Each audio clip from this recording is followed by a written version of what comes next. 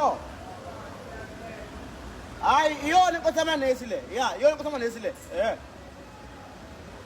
Mana ngiyeza ukuthi wrong number. Phona kwangathi ngidlala iParis lapho pho. Mana Ufaka izimemezelo eziphuthumayo omunye wama-TikTokers ukuthi-ke yena akaphuzi nomuntu ongayivotelile ingoma B ku-33665. Sawubona kuphi nakuphi la kufike khona lo mbuzo njengamanje okubingelela yini mathinda acobisa intombi zomqomela amehla kabeni baqomela imali ukuthi bowazi ngane wethu ngabe usuku lakho lokuqala la ngicela senze kulungele upress subscribe button share uphinde comment khona nakho wonke umuntu subscribe kumala khamba so senze sibe wena oqala uthola notification uma usufaka la ivideo hamba phambili ngani zawo wethu kanti ngabe umdala yakhe azihlanga lapha na comment section ungakhohlwa upress button la join la khona uzodonate channel yakhe phambili njalo ngo-10 ukugqibela kwenyanga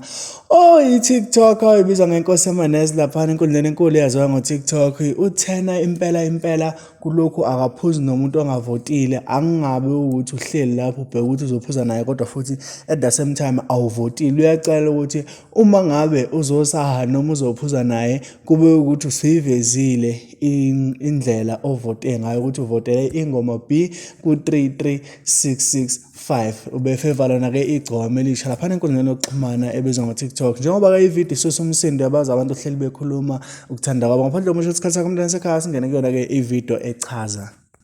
kuthini nje kuvuka ekseni unga SMSile uhlamvu B ku-33665. Mina ngiphuzi ngempela nomuntu onga SMSile mina umuntu nje onga SMSile uhlamvu B ku-33665 ngisho nani lapha emakhaya ngifanele ngise kahle ningathi uphakeme bese buye egoli ngifuna before uphuze nami ngifuna uveze lapho uthi uvote kangaki